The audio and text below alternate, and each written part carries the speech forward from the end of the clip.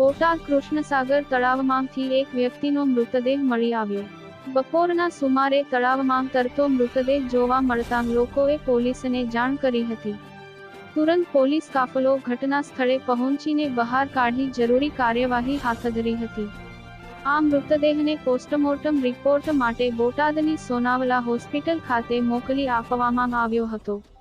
મળતી માહિતી મુજબ મરણ જનાર વ્યક્તિ બોટાદમાં વેપાર ધંધો કરતા હોવાની જાણકારી મળી રહી છે. સમગ્ર ઘટનાની તપાસ બોટાદ ટાઉન પોલીસ ચલાવી રહી છે.